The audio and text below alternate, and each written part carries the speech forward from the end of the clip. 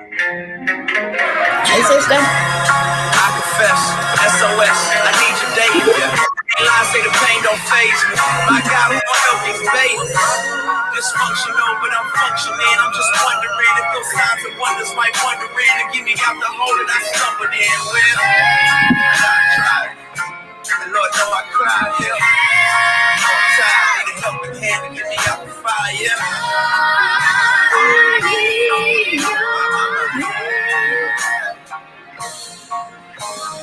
I've been in the fire so long, I can't get burned no more.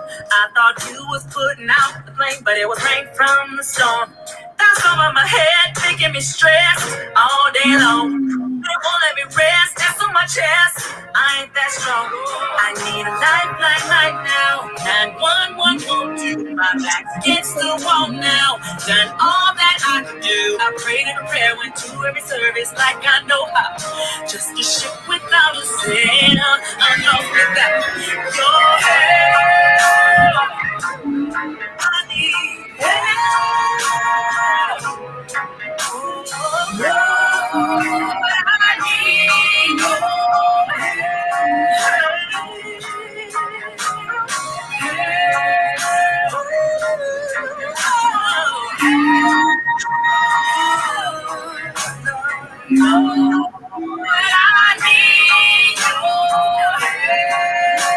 Good evening. Good evening. Come on in, y'all. Tell us where you're from. Sometimes I don't, but it ain't about my will. It's all about what you want. Family used to be first, things getting worse in my home. My brother is hurt, we need a word. It's too far gone. I need a lifeline right now. 911. My back's against the wall now. Done all that I can do. I prayed in prayer, went to every service like I know how. Just a ship without a sail. I'm lost without your help. Lord, it's me this time. Said I'm crying all day. I need help.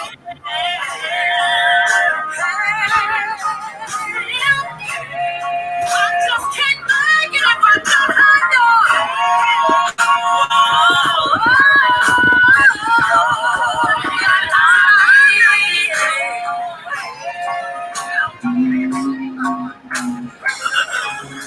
Dear Lord, I need a little help now, see?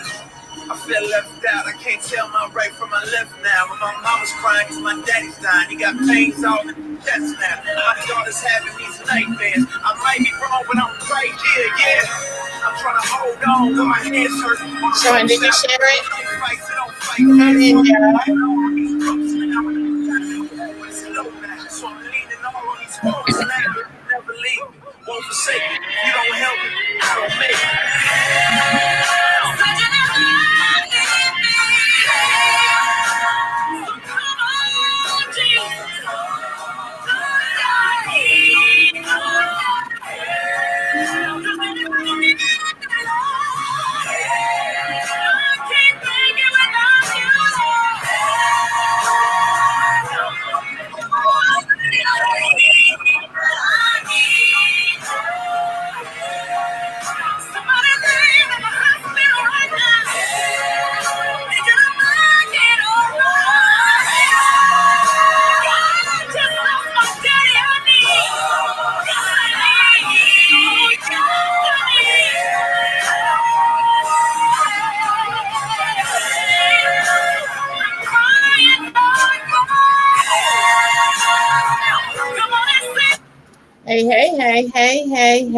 Hey.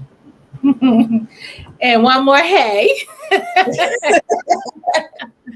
You can never have enough haze, right? You can never have enough haze. Good evening. I see my sis Teresa's on the line. Maybe now we could talk to her, Lashon, about teaching us some of those new things she learned about her fancy videos and stuff. How are you? I so enjoy. She said her green screen, and she just be having all the fancy stuff be popping up on her hands. I'm like, I need a video lesson from Latrice. Yeah, Teresa, we might have to get together and do a lesson because you know us. You ain't too far behind us, bro. Us old ladies, we not playing all those games like that. So y'all come on and share this broadcast and like it. We're gonna keep it light. We're always talking heavy. So tonight we're gonna talk about relationships. Like I'm saying, we're gonna be light, right? We're talking about relationships, social media, and social media envy. Did I leave anything out? And then whatever else comes up, because that's just what we do. So go ahead and drop any questions or comments in the chat that you have, and we look forward to just a light casual conversation between my sister and myself. Who are we? Let's start with introductions. Who are you? Who am I? I'm Sharhonda Ford, licensed clinical mental health counselor. I am a psychotherapist and an international speaker and coach. You hear me, coach and coach. I am super excited to be here with my sister. I am God's chosen leading therapist. I am your favorite integrated faith and mental health clinician. And I am Pat's daughter, Kyrie's wife, and everybody's big sister.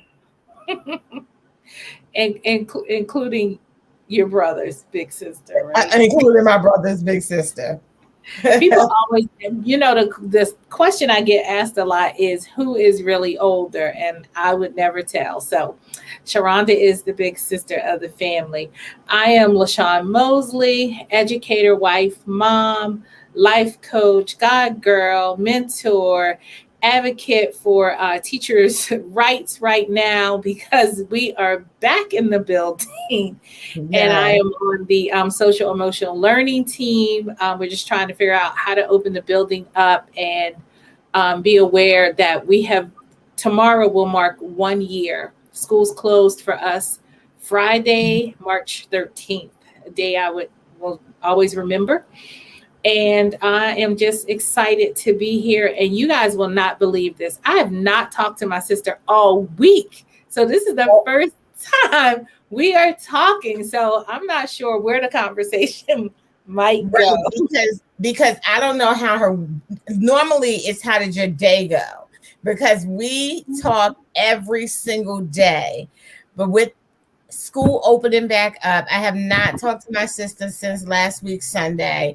I'm really sad about it. I feel like I'm going through separation anxiety, virtual separation anxiety. Hey Ty, so glad to have you here. Ty said I'm her dearest friend. We got 3 Stocktonites here right now. Kyrie said you're Kyrie's wife and Pat's daughter. Yes, that's who I am. And tonight I got to have dinner outside in my outdoor space with my mom and my husband. So it's real. And if y'all notice, the sister is tanned, right? Because she has been outside all week. I'm not going to show y'all too much, but I am like really tanned. So I'm getting my caramel on. Now I do smell like outside, right? And so watch Kyrie comment because I sit outside every chance I get, but it's been awesome. So sister, real quick, tell me how your week was.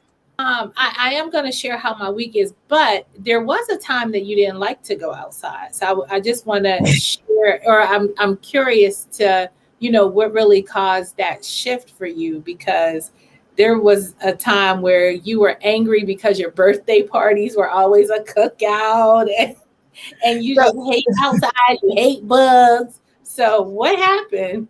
So what you're saying is that for at least 46, 45 years, I've hated the outside and somehow something has changed. Well, it probably is the pandemic, right? And so I do still hate bugs, grass, allergies. I suffered with allergies my whole life. And so being outside, plus being an asthmatic, that wasn't ever fun for me, but neither was being in the house during this pandemic. And so last year I asked my amazing, incredible, hardly ever says no husband to do something in the yard. And so we did a reno in the yard and expanded the patio, which meant I didn't have to be in the grass as much. And I'm creating a space that I absolutely love back there. And I think that's what it is. I enjoy the space, and I paid for the space, and I want to get my money's worth out of the space. I'm sure, even just 2 years ago, if we had asked you, will you be spending all of your time sitting outside on your patio? I would say no. Today I know I was outside, but today some bugs flew around us while we were eating. I did about die. It's like, oh my God, they're mosquitoes. Like when we did the patio and there were ants on the patio, like bugs crawling. I was like, oh my gosh, there are bugs. And Kyrie was like, you outside. I was like, but they're on the concrete. He's like, this concrete. Like, honey, we're not in the house, right? You're not exempt. You're outside where the bugs live, and you're in their house. So, take it in. And so, no, but I am, we have a diner trap. And so tonight I'm going to order a diner trap holder because we have the big one. And we've got all type of tiki things and all type of Young Living, citronella, sunscreen, bug repellent. And so I'm just investing in the things that I need to be comfortable. And that's what we're going to do. We're going to ride with that. Yeah. And that is a privilege, right? That you can, one, have this amazing outdoor space. And then two, the privilege is that you can purchase bug zappers and bug sprays and Young Living and all of the things. But I'm glad that you have found the outdoor space. I love my deck. We redid our deck last year too. And I was out there taking meetings and teaching classes, and we don't have the same lovely weather you have, but this weekend has been really nice. My brother-in-law dragged me to the track Tuesday, and reluctantly I went, but once I got down there, I was grateful, and we had a social distance. We were able to walk the track, so I was able to get some physical activity in. Then I came home and the kids were outside. So I do love being outside as well. So thank you for sharing that. So what are some things that you guys are doing to appreciate this lovely weather? Are you walking? What are you doing? Because the temperatures have increased. So we're curious to hear. You see what Latrice says? There are so many things she didn't like that she's doing more of. Growth and evolution. It's fun to see. # proud. Yes, Latrice, you're absolutely right. And I see Ty coming right up behind that. And I do feel like there is an evolution, and I've talked on it a lot last year, but at the end of 2019, I really decided that I was going to live while I'm living. And so that does mean that I am doing things that I wouldn't normally do. I have committed to doing some new things. When this is done, I'm going to post a picture of something I've been working on. My family has already seen the video of me in my home doing something strange. And I decided this evening that I was just going to post a still shot of it. For those of you who knew me growing up, you know that it was an absolute love of mine. So stay tuned for a couple pictures when this is over that I'm going to post. And Tyree is right, from climbing mountains to outside doing jumping jacks. Look at God, because I didn't like to be outside. I am also, let's note, allergic to, at least we know, mosquito bites. And so I think that's another thing, is the fear of that. Has been a part of my life for 9 years. Had a very near-death experience, July 2012, from a bug bite. And so I think that was it too. It probably was some PTSD from the fear of not knowing what could happen. And so now we just rock with Benadryl. And anytime I get bit, when I know that I've been bit, I just take Benadryl immediately to prayerfully live.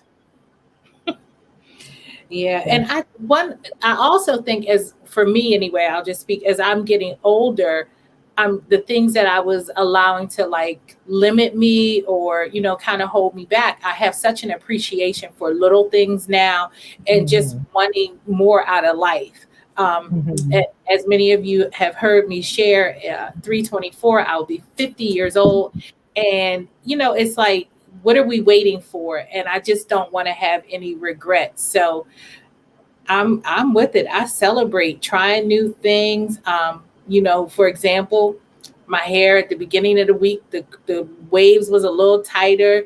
The wig, I'm like, yeah, what is this me? Yeah, it's a Friday night. I'm here. Here you go. So whereas, in the past, I probably would have been like, wait, I need, a headband. I need to, no, this it. I'm having a chat with my sister. This is it. I think that's essential too, is that we are realizing that it doesn't take all that it really doesn't, that we don't have to beat our face to do a live or whatever. And that was something, if you guys remember 2017, I would not go live without makeup. Actually, until I moved to Charlotte, I would not even go outside without makeup. So if you guys remember, when I lived in Maryland, I always had to be beat, and it was just this image that I was trying to portray. And one thing that I thought of tonight while I was in the store is, man, people have been walking around. We've been wearing these masks for a year. And then what I thought of is, really what we're seeing is what we've always known to be true. People walking around with masks every day. It's just that they are invisible. And so looking at everyone in their mask, I was just like, listen, this is what I've been talking about since 2008, living beyond the mask. And now what we see is that people wear their mask visibly, but even under that mask is a mask. And it just made me remember, I was like, yes, I used to call myself an exfoliator. Like, this was my thing, up until last year, I always would be talking about beyond the mask. Beyond the Mask has transitioned into this hope dispensing. But I think looking at everybody masked is just a reminder that this is how we walk around anyway. I don't know why people were so upset about the mask mandate, because many people have a personal mask mandate where they don't allow themselves to show up unveiled. I'm going to tell you something interesting that occurred to me. There was a point where I didn't like to take pictures, and and I would be like, no, I don't want to be in a picture, or we hide and we try to put people behind us because I've gained weight. And then it occurred to me the other day, well, I don't have a problem walking around like this. Like, people see me. So what's the difference? And it occurred to me, Mariah and I were in the dressing room, and I was just looking in the mirror, and I was like, well, that's just silly. If you're too embarrassed to take a photograph, then you should be too embarrassed to walk around, and you should be motivated maybe to do something about it. And so I just thought, a lot of the opportunities that were missed, because the photograph captures a moment in time. And when our loved ones go back to look at it, and if I'm not in the photo, it's very easy for them to maybe think I wasn't there, or maybe I didn't care enough to be in the photo. And so that was just an aha that occurred to me, just like on Tuesday, like maybe Monday, I started thinking about, the silly things that we kind of miss out on because we have decided we don't like the way we look, or our hair or makeup or whatever isn't just right. So I'm not going to go live. Maybe that message is on your heart. Somebody needs to hear it, or, whatever, these things that we come up with. So I agree with you about, just removing the mask and just showing up how our whole authentic self. And for a long time, I thought that was just a phrase, right? Live your best life, be your true self, be authentic. I'm like, what does that really mean? And so I think it means being present. Like, just, if you feel like wearing makeup, you wear the makeup. If you feel like getting, decked out outfit with designer bags, you do that. But if you don't, you don't. You just, whatever moves you in that moment is where I'm kind of landing with that showing up as my whole self. And You're absolutely right. And it makes me think of, and I'm sure you've seen this picture. There's a family photo, and I am not in it. And I wish Dre was on tonight, but I hope it's not the one I'm thinking of. Let me see. it is, I believe it was like 1990 or 1991, between 89 and 88 and 91 or something. And mommy, I think, went and bought a new car and didn't tell me. I wish they were on here. Mommy went and bought a new car and didn't tell me. I think that's what happened. And the same day we were taking family pictures at the church, at Uncle Clyde's church. And when I found out about the car, and Kyrie can relate to this, Kyrie, listen, December 2006 may have been a trigger to this traumatic moment. This is just real. I just bridged the gap. And so it was time to take the family photos. And I was so pissed off that they left me out of going to get the new car that I didn't take the picture with them. So it's mommy, Selena, Aunt Sheila, Andre, Aunt Lydia, and I wouldn't get in the picture. Like, I think I have a picture by myself or something, but I was so angry. I act like a butt. And they have that picture. So every time we look at that picture, I'm not in it, even though I was there.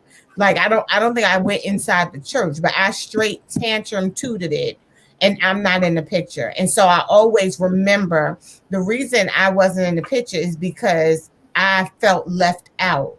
But in my perception of what really happened, I isolated myself from the family.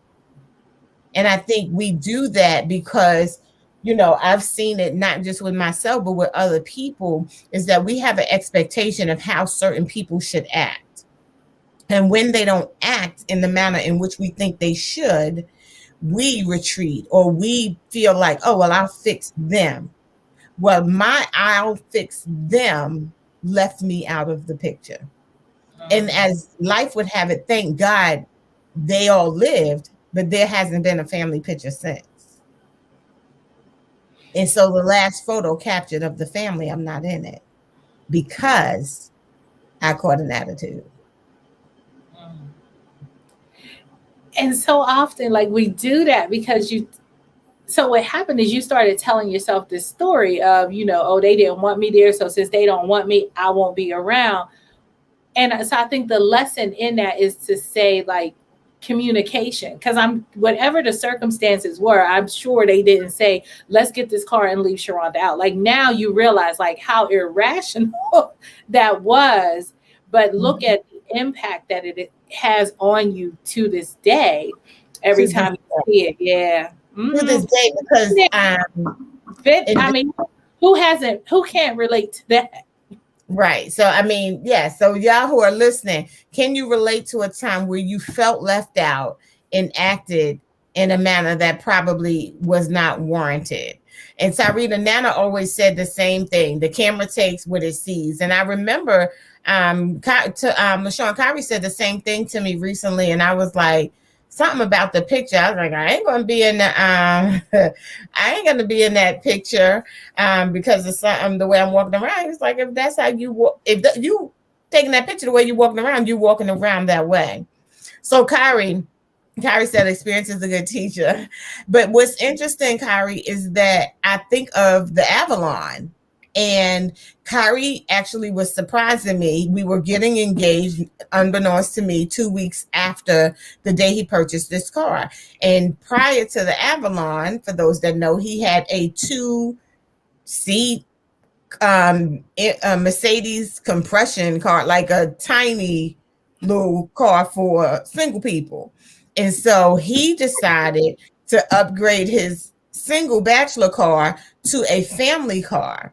And we were having a family event that day, and he didn't show up in time. And when he pulls up in that family car, not that white white Mercedes, I lost my mind. And now, as a trauma specialist, as a trained clinician, I know, and this is the first time I ever thought of this, that my response to Kyrie regarding that car was really my response to mommy 20 years before. Because that's how triggers and trauma work. And here's the other thing is, once you start talking about it, and this is what I appreciate about coaching and therapy, because a lot of times people say, well, I don't understand how that will help me, just talking about my problem. Well, I can talk about my problem to anybody. And so a lot of times people don't see how it is helpful, but just having that uninterrupted time to put those pieces together. And it was really by circumstance you were able to see the relationship and the impact that had on you. And so going forward, you're able to identify that trigger. Like the next time something similar happens, you'll be able to catch it and rephrase it. What's Kyrie saying? Oh my goodness. And he said, and I still ask you to marry me. I love you. I think what's significant, and I'm not going to say it. I'm not going to say what happened that night on here, but I think I will. I'm compelled to tell the story at a later time. My response was very dangerous that night. And I don't know if you remember, Tawanda might remember what happened that night, but my reaction to him getting this car could have been lethal, could have been deadly. That is a cliffhanger right there. It is a cliffhanger. He knows what happened. But I think it's very interesting. I believe once Tawanda processes it, she will remember, because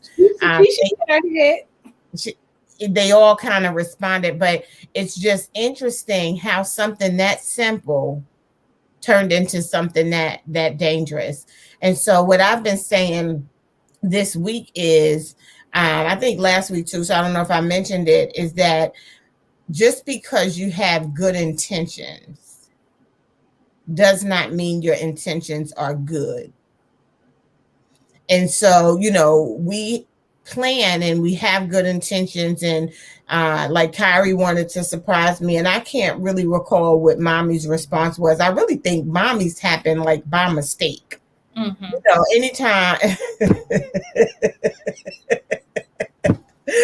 Yes. And again, I still ask you to marry me. I think mommy's happened by mistake. Anytime you with Andre, you liable to buy a car. He would talk you into just picking up a car on your day off, which is probably where I got that from. But I think another thing, as I never really picked my own cars after that. Pop always picked my cars for me. I didn't have to be involved. And so I think all of that is just kind of tied to it. Well, I'm so glad that we could be here to process that with you. This evening.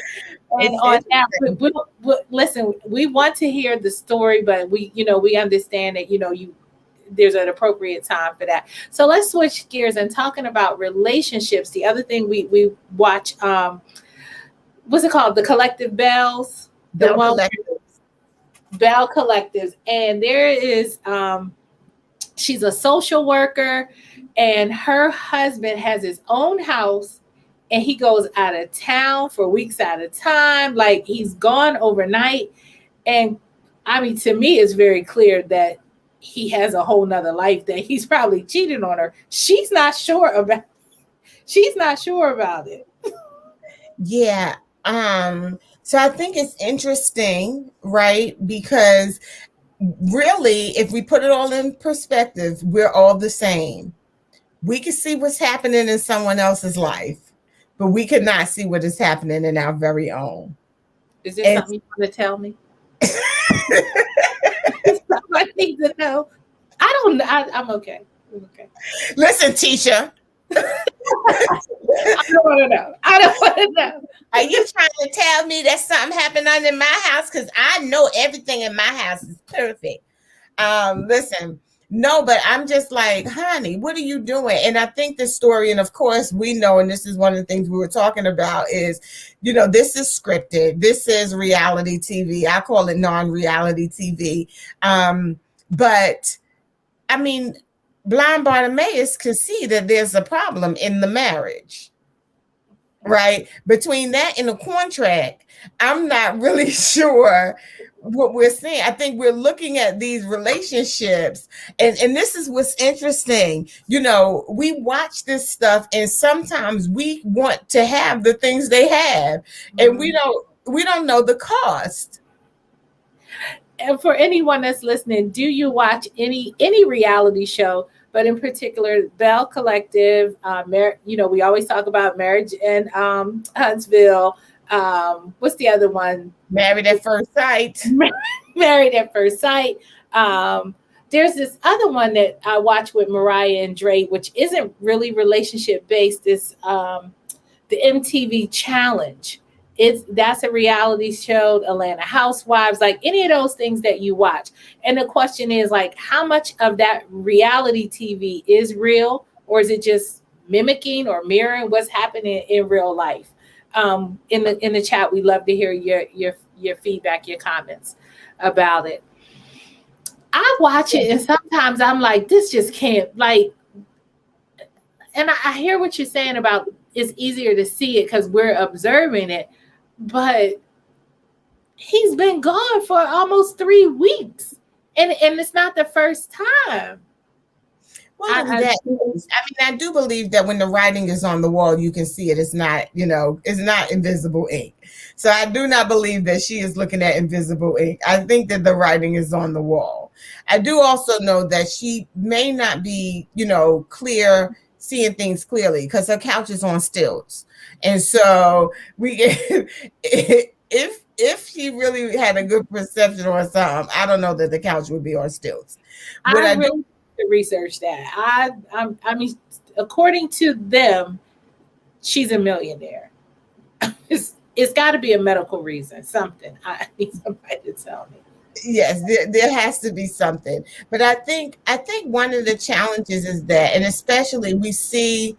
Kyrie says some like to stay on the river. I agree with that, Kyrie. It can be denial, but we look at these relationships. It would be no different than the one who wants to buy the building. I don't know why I can't think of her name right now. Kyrie, what's her name?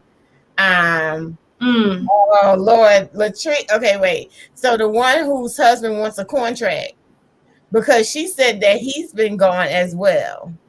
Well, he works, he's like a longshoreman or something. So that's true too. His job pulls him away or whatever. And now I thought this was interesting. They went to see a balance coach. Yes. I was going to ask you, were you going to rename yourself? Kyrie is right. Marie has lupus. She does. That's why I was wondering if it was to offer some height or something. The furniture being up on stilts. I don't know. Maybe it's too hard for her to get up and down. Like I do remember, my grandmother, we had one of those recliners, the power lift chairs for her. Did you have a whole living room set on stilts?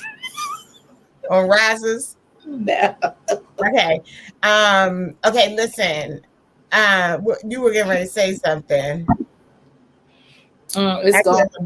But Tyrita says she watches Judge Judy and Greg Mathers. Tyrita, I used to watch the judge shows. I think the reason that I watch more reality shows now is because my husband, I'm not going to give him a title or a name or say anything, but those, sometimes the TV is on that channel. And so once I watch it, I'm hooked because it's like watching a train wreck. It does. It pulls me in. Kyrie said, however, she's a millionaire because she's not buying new furniture. Yeah, so that I might not make it to millionaire status because I'm trying to get a new living room set for my great room by May, so I can have one. Okay, I digress. Tyrita said Housewives of Atlanta and Married to Medicine. Latrice, I got to go back to Latrice because Latrice said only Married at First Sight and 90 Day Fiance. Latrice, I have one question for you, and that is, are you caught up on Married at First Sight right now? That's my question for you. Tyrita says she's Housewives of Atlanta. Tyrita, my question for you is, what did you think of Bolo? And if you're caught up with Medicine, then I want to know how did you feel about this crab ball the other day? So y'all put that in the chat. But I think one of the things that I often say, LaShawn, about this reality TV is that it's easy to get caught up in someone else's reality, right? And I think that what it can do is it can cause challenges in your personal reality. And for me, when I look at Melody and Martell, and I look at some of these relationships that are failing on these shows, I wonder. Y'all see how selective Tawanda being about these comments, right? No, I'm not, Kyrie. So I'm going to get my eggshell, and then I'm going and then I'm gonna be working toward my millionaire status. Bolo was going to get paid at any cost. Tyrita, do you believe that what happens at the bridal shower should stay at the bridal shower? And so I'll just say I think it should. I think whatever happens at the bachelorette party, the bachelor's night, like I just I think you should keep them separate.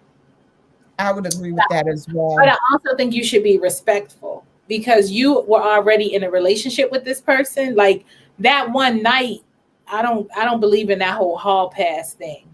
So I think you should. So let's talk about that, LaShawn, because Kyrie and I had a very in-depth discussion. Hold on. So Latrice decision. Latrice said she only saw the interview process, thanks to Wanda, and when they choose the couples. Latrice, I'm gonna need you to go on in and catch up on this season. You could fast forward if you need to through the thing, because Kyrie will fast forward past some of the stuff. Which show is this? Which one is this? This is Married at First Sight, the Atlanta version. I keep telling you, but I got to go back and watch it. You have to, because we're going to have to do a whole episode on Paige and Chris. And on Vinny and Kyrie, what's Vinny's wife's name? I think, it goes back to the thought that love is a choice and you choose to love. And so I'm just curious on that. We're going to do a whole thing on Paige and Chris once you get caught up. And you could just fast forward to the parts where Paige and Chris are, if that's what you do, because it's definitely a conversation. All right.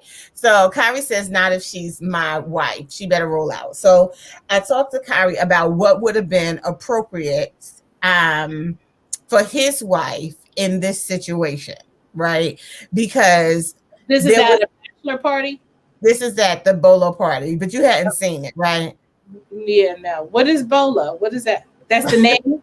Tyrita, what is Bolo? Okay, so we're gonna let Tyrita answer about Bolo in the chat, because she lived in Atlanta. We're gonna let Tyrita answer that. Yeah, okay. Bolo. So anyway, so I asked Kyrie because it was a bachelorette party that was a surprise bachelorette party for Cynthia. So Cynthia didn't know, and Candy got all of the girls' costumes.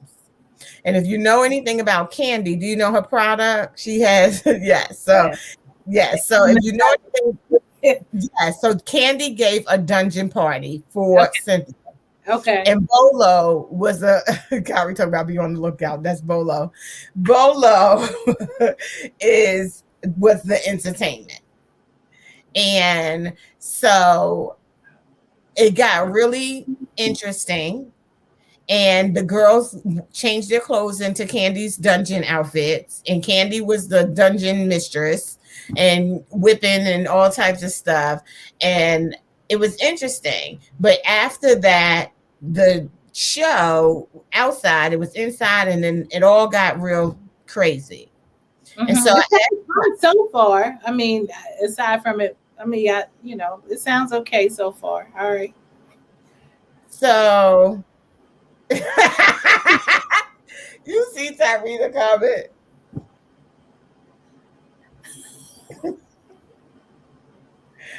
Okay.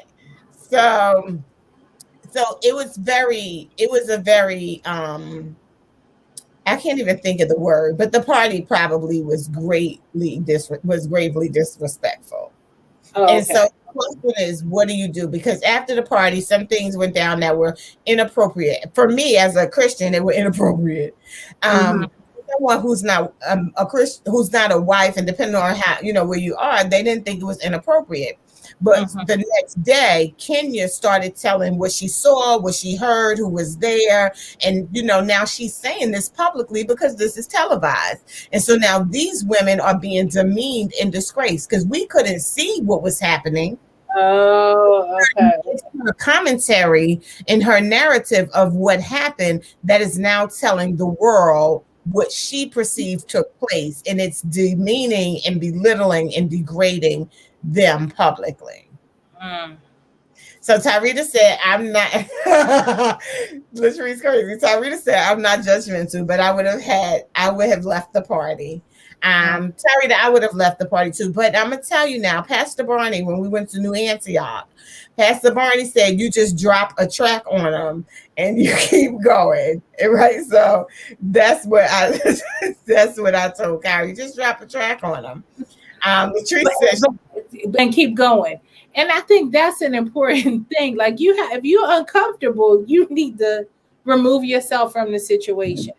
And then sometimes you can already kind of foresee where it was going.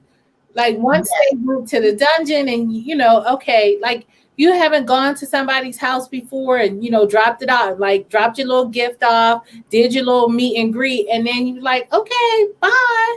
Right. Well, my Bible tells me to stay away from all appearances of evil. It says, don't let your good be ill spoken of, and don't be a stumbling block. So those are the three things that I would have had to stand on when I left the party. Right. But I think it's interesting that Kenya asked for the party and then decided to talk about them. But so Cynthia was I never understood. He did not say stick around after dropping the track. Thank you. That's what I said. I think you so clear that up for Pastor B, right? I think the thing is that Cynthia asked for the party and then decided to talk about the party. You mean Kenya? Kenya, yes. Kenya asked for the party. But I never understood the concept of bachelorette or bachelor parties where people are getting married, yet you have this whole fiasco of an event with opportunity people. Opportunity for adultery. Like this is your last night. No. Once we start dating and we enter into we're in a committed relationship, that's it. You can't then just say, oh, this is that doesn't work for me. Right. So I didn't understand that. Yes, Tyrita said the White Housewives don't do all that to entertain. I don't really watch them, so I don't know. I hadn't seen anything other than Atlanta, Potomac, and the Marrieds. Interesting. I think that's an interesting concept, and I think I haven't seen them either, so I'm just theorizing. But I would be interested in the comparison because often Black women are sexualized, scandalized, and demeaned. So could be a valid point there. So Tyrita said they always have to over-sexualize Black women on TV. And she said, as for me, it was very inappropriate, especially on TV as a Black woman. And so Tyrita, I would agree. I do watch Chat Room, right? And it looks like they're cattiness, so Hannah's on the chat room, Kate Chastain, and it looks like their cattiness is different. They have more the kiki, haha, they do the bantering, but they don't do the grimy. They don't do the low down. Well, low down looks different. Put it that way. It looks a little different. And I haven't seen the shows enough. Now, I will say Salt Lake City looks crazy. I haven't watched it, but I've seen some of the previews. And I'm like, oh. But I do think you're right, Tyrita. There's a different standard. And I think if we think about the Potomac reunion, where it just seems like Andy allowed them to be disgraced at a whole nother level, that he didn't try to stop it, that he almost promoted it to be a debacle. on a whole nother level. I think we do see the exploitation of Black women, but that leads us to a whole nother conversation, or in addition to this, is how do Black women get to the point of exploitation in reality TV? And then that makes me think of what we initially started with how much of reality TV carries over into our real lives, where, you know, we as women tear each other apart. Oh, she wore her hair like that, or, you know, all of the cattiness that we do instead of uplifting each other and saying, you know, oh, I see you Friday night, you and your sister guys, Sistah Chat, y'all on there. Okay. Instead, it's like, well, it's nobody listening. They only have 9 people on there. Why would anybody? Oh, they always think, don't nobody want, you know, we get into that instead of lifting each other up is what it's making me think of. And if you're not ratchet, no one's interested. I noticed that about my Instagram posts. When my Instagram posts are empowerment or whatever, yes, Tree said more ratings for more money. When my Instagram posts are about empowerment, they get less impressions than if I say something. I don't say it, but you know, when you got a ratchet post, it has 1,000 likes, you know, or impressions or whatever. And it's sad because Kari and I have talked about this a lot. You know, we call it reality TV and they say it's entertainment, but how did we get to the point that this is what our well, that's true. How do we get to the point that this is our reality, that this is entertainment? Kyrie said they're not being exploited. They're getting paid very well.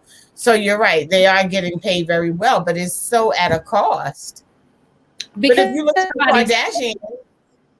Yeah, well, you could look at the Kardashians, but this is somebody's pain. And the same with the Kardashians. Like, how in our country, you know, does that become the fame or the gold mark standard? Like, that's what people are aspiring to. That's what people are measuring their success on. If they can, you know, how many pair of red bottoms can they purchase? You know, all of these materialistic things, because that's what we're being conditioned based on this machine, the media. It's telling us what we're supposed to have, what the idea of success looks like. But it's somebody's pain. This is somebody, as Kyrie said earlier, this is somebody's reality.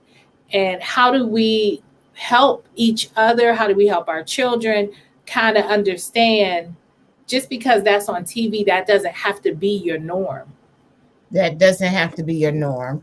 And Tyrita said, and I did hear this, she said, Salt Lake City is a mess. Again, the Black woman is a mean girl named Mary, who was married to her grandmother's widowed husband, who runs the one Black mega church in Salt Lake City, which is true, right? And then it goes into the grandmother told her to marry him. Like, it's a whole big thing of crazy.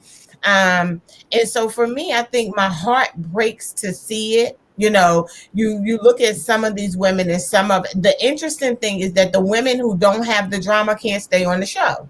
So the women, I think about Dionne Snow, I think that was her name, from season 1 of Real Housewives of Atlanta. And she was a Christian and she wasn't, you know, acting red. You know, it was just she had a different personality. And so it's almost like for those that didn't do all of that extra, they don't make it on the show, because you have to have a whole lot of drama for the ratings to sustain the show. But, and you know what else is making me think of, because we know that as Black women, we make 62 cents per dollar of a white man. And so I'm imagining that this is an opportunity for you to create wealth, to, you know, kind of provide for yourself and your family. I'm not saying it's right or wrong, but because the opportunities aren't that wide. And if you have grown up seeing this and, you know, this, well, it's okay, I know it's fake or whatever, and it does come with a paycheck. A wealth track. Yeah. A wealth track. But listen, let's not get it twisted. I told Kyrie, if they call me, I'm going.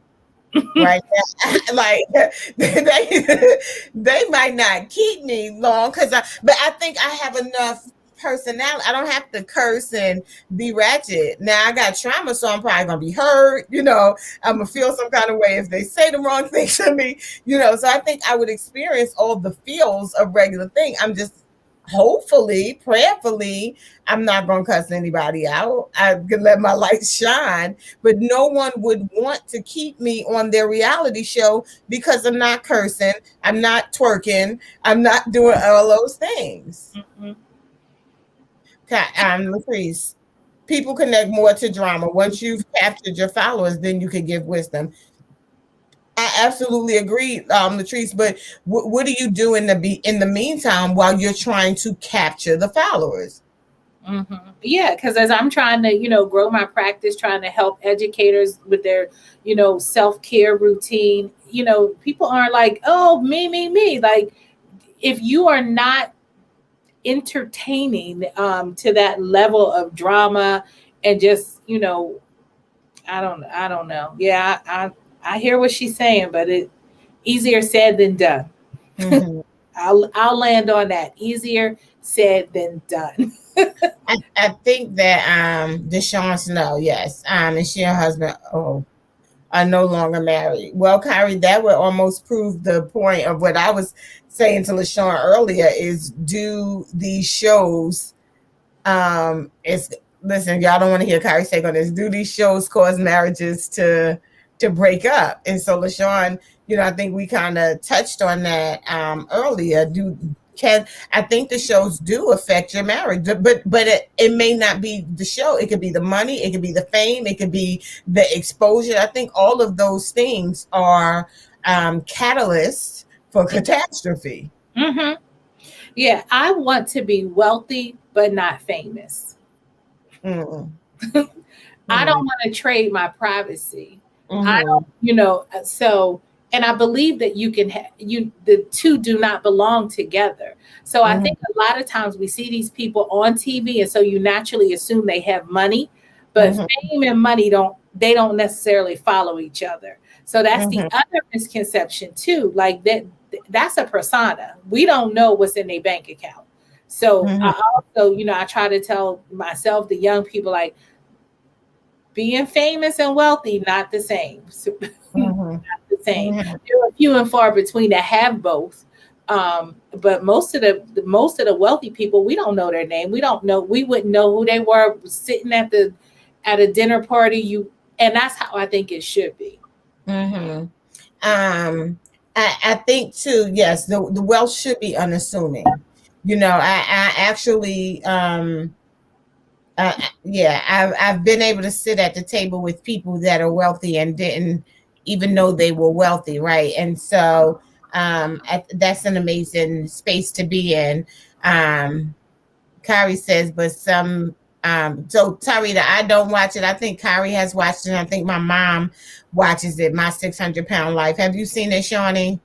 I've seen a few of them. There was one lady, and just watching the amount of food that she had to consume for breakfast, and the husband, he would have to get up in the morning, go to the McDonald's or the 7-Eleven or something. He'd come back with all this food, and she couldn't get out of bed. He had to, like, lay it all out around her on the bed, and then I've seen some of the episodes where the person, was to remove them out of their home, they have to remove a window or door or something, and it just hurt my heart. So I didn't find that entertaining, and that's not one of the shows that I continue to watch. Subscribe to.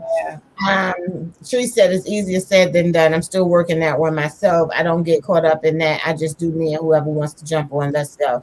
Latrice, I agree. I love to see people who can have an audience of 2 and talk like it's an audience of 2,000, right? I love that concept that we don't have to have a crowd. And I'll say this: last week I had the opportunity to speak to women in Jamaica.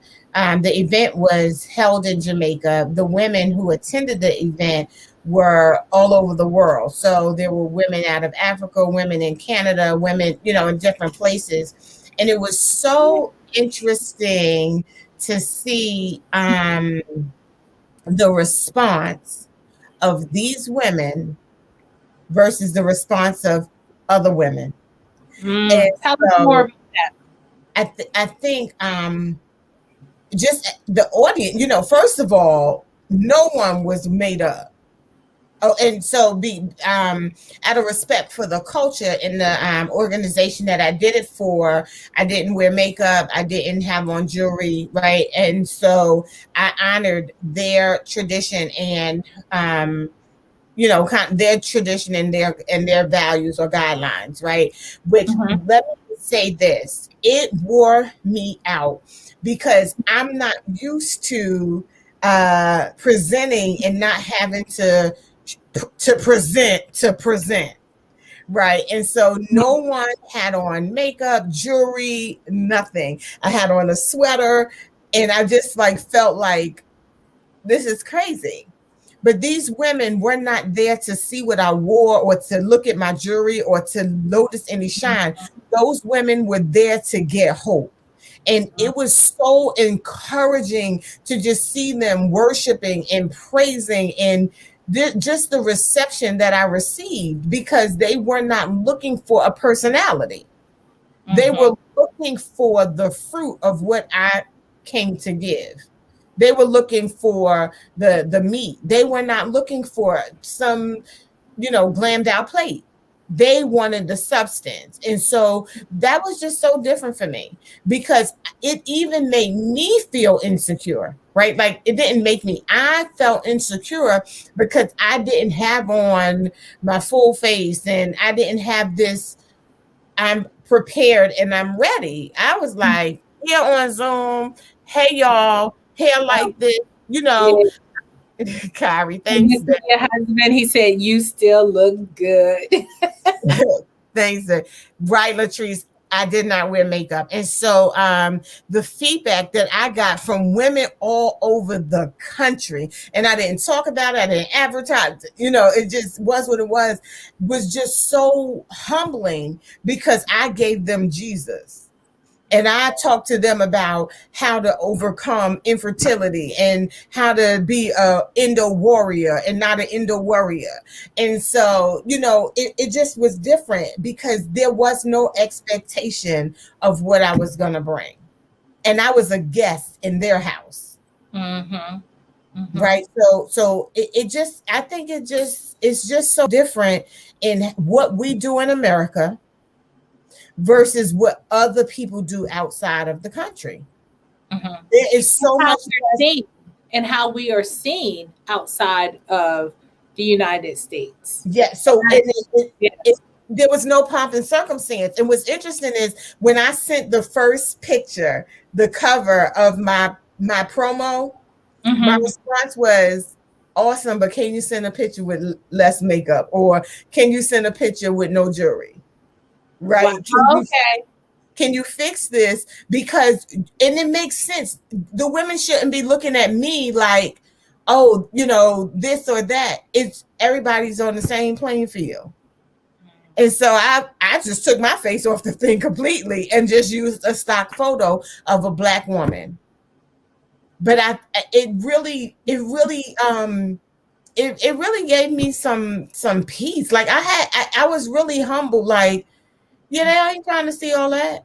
And so I took beyond the mask. I took my face off completely because it's not about me. And for me, that really just made me excited. Like I just felt great about that. Oh, that sounds more like having a true audience that appreciated the message that you brought to share, not, oh, this is Sharhonda. Like, it's almost like when you go to some churches and the people idolize that preacher or pastor or bishop or whoever he is, and forgetting that the church is what, you know, we're supposed to be there worshiping our Lord and Savior, not this man, because he put his hands on just like we do. And I'm always turned off when people, you know, are followers of that individual. And so it sounds like these women wanted to connect with the word, the message you had, not be overshadowed by, you know, stardom, makeup, and all of that. And so you probably felt comfortable. You could just I did feel comfortable in my discomfort. Like I don't have to put on an air. And I think, I didn't have any notes. I had my presentation, but I was really just able to be me.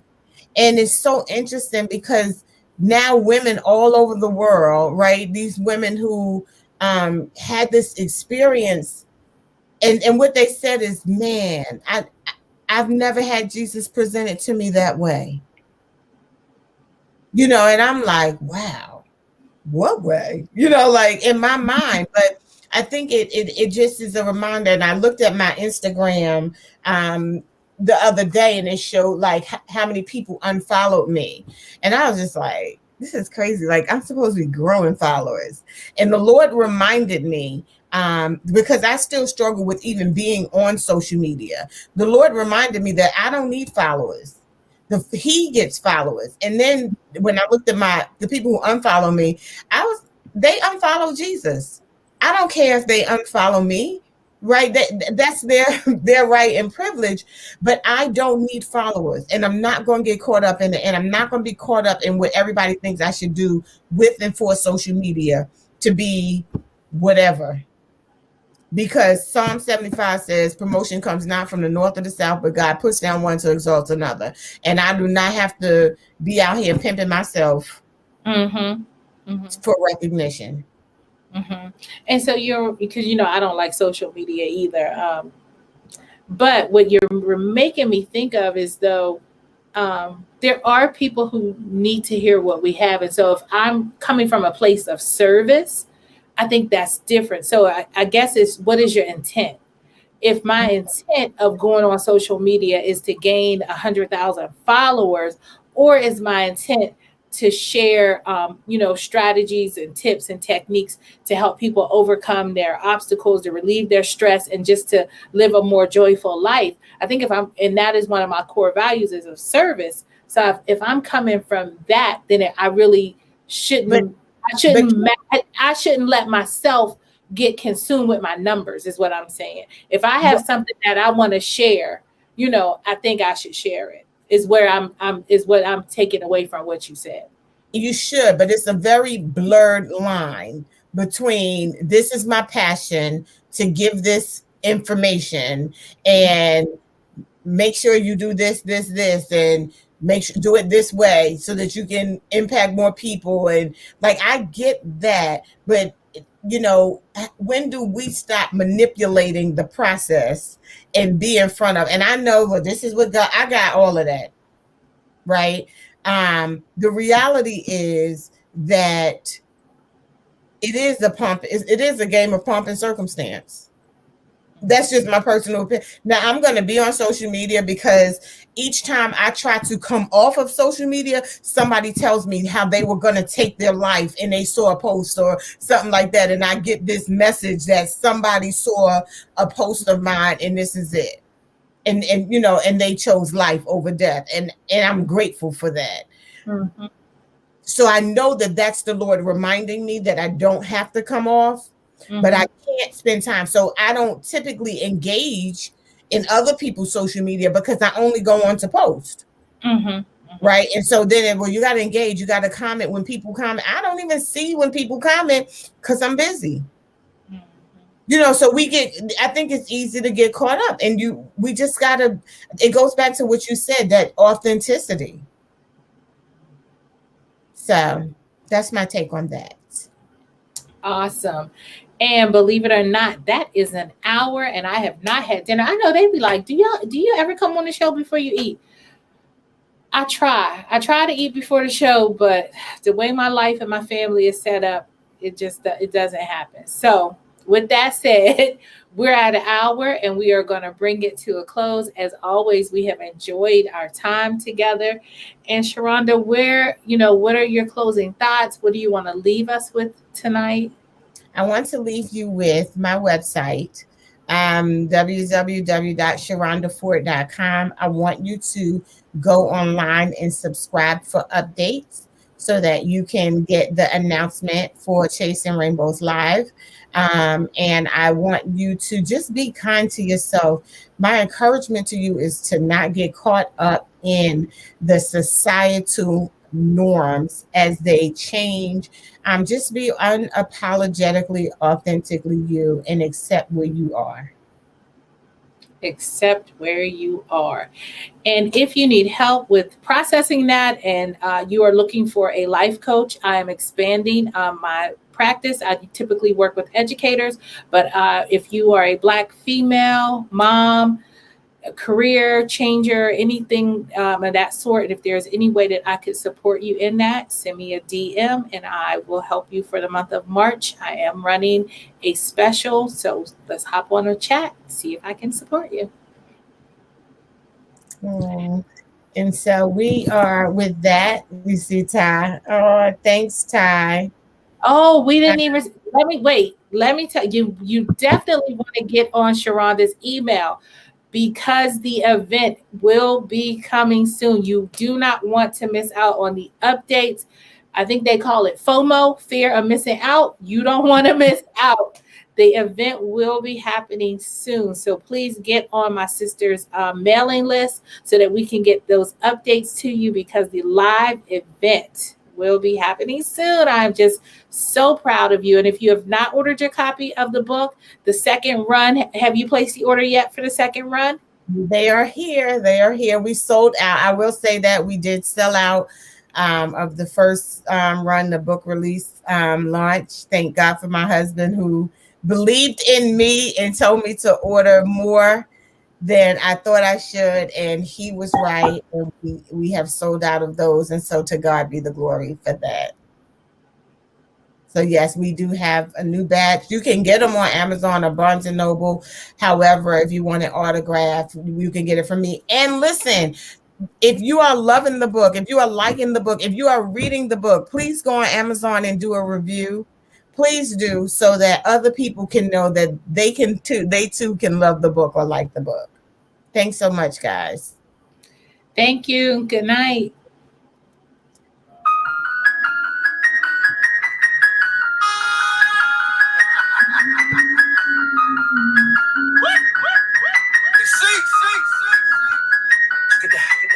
I love God. You love God? What's wrong with you? I love God. I love God. You love God? What's wrong with you? Good night, good night, good night, y'all. Good night. I don't think that I can live no other way. You can tell I'm living now on a started seeing them blessings in the modern day. Patrice, we're gonna be talking about all of those graphic updates. I'm giving. Thank you, Mommy. I'm living. And when I say I love, I mean it. 'Cause Y'all stay tuned. I'm posting that picture in less than 5. Oh, I love God. You love God? What's wrong with you? I love him, I love him.